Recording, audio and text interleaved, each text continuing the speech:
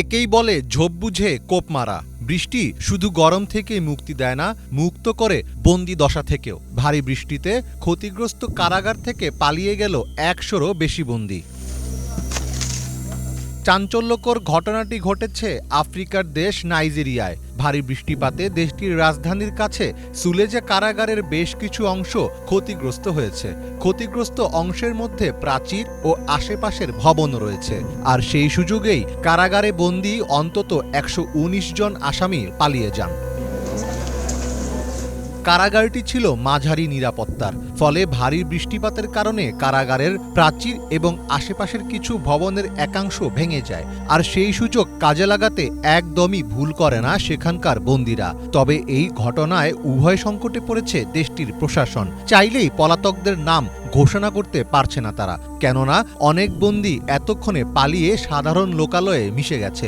এমন অবস্থায় তাদের নাম পরিচয় প্রকাশ পেলে দেশটির সাধারণ জনগণের নিরাপত্তা হুমকিতে পড়তে পারে। তবে জানা গেছে বোকো হারাম ইসলামপন্থী বিদ্রোহী গোষ্ঠীর সদস্যদের এই সুলেজা কারাগারে আটকে রাখা হয়েছিল।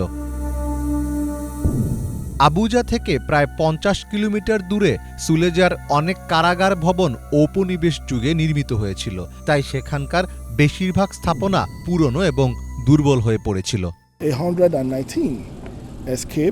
একসাথে ১১৯ জন পালিয়ে গেছে, তবে আমরা ১০ জনকে ইতিমধ্যে আটক করেছি। বাকিদের খোঁজার চেষ্টা চলছে। আসলে অনেক কারাগার ভবন সেই উপনিবেশিক আমলের তৈরি। এই কারাগারটির কথাই ভাবুন, উপচে পড়া ভিড়ে ঠাসা ছিল এটি। কিন্তু যেভাবেই হোক আমাদের নিশ্চিত করতে হবে ভবিষ্যতে এমন ঘটনা যেন আর না ঘটে।